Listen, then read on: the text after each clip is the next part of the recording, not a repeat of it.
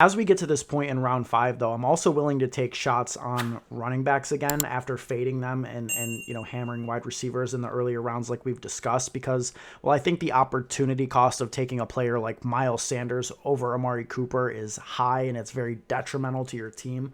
I'm less concerned about the opportunity cost of, say, going somebody like, Travis Etienne over Brandon Ayuk or somebody in that range because the running back drop-off is coming quickly in the next couple of rounds, and the wide receiver depth just lasts so much longer in redraft than it does in best ball. People aren't hammering the position the way they are in best ball. So if you're personally bullish on players like Etienne or Darrell Henderson or Kareem Hunt or Javonte Williams or somebody in that range, I think that, come round 5, early round 6 is when you come back and you get your running back 2 or even your running back 1 if you've been hammering wide receiver and or tight end in the earlier rounds.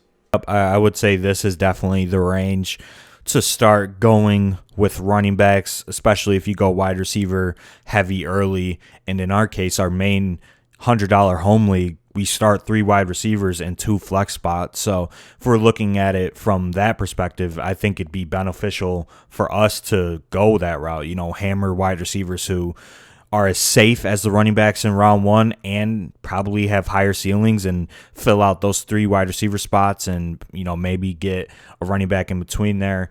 And then come back in round 6 and, like you said, get a Darrell Henderson who is going in the 3rd round in best ball. Get a Travis Etienne in round 6 who's going in round 5, sometimes round 4 in best ball. And then you got Javonte Williams, Chase Edmonds, some guys that we like. And some other running backs, James Robinson, probably wouldn't draft him, but Kareem Hunt in that range as well is a solid RB2 flex option. So I don't mind taking running backs at this point in the draft over the wide receivers, just for the reason that you mentioned. The wide receiver depth is insane, and in your home league, wide receivers probably aren't going to come off the board as fast as they would in a Best Ball Mania 2 draft.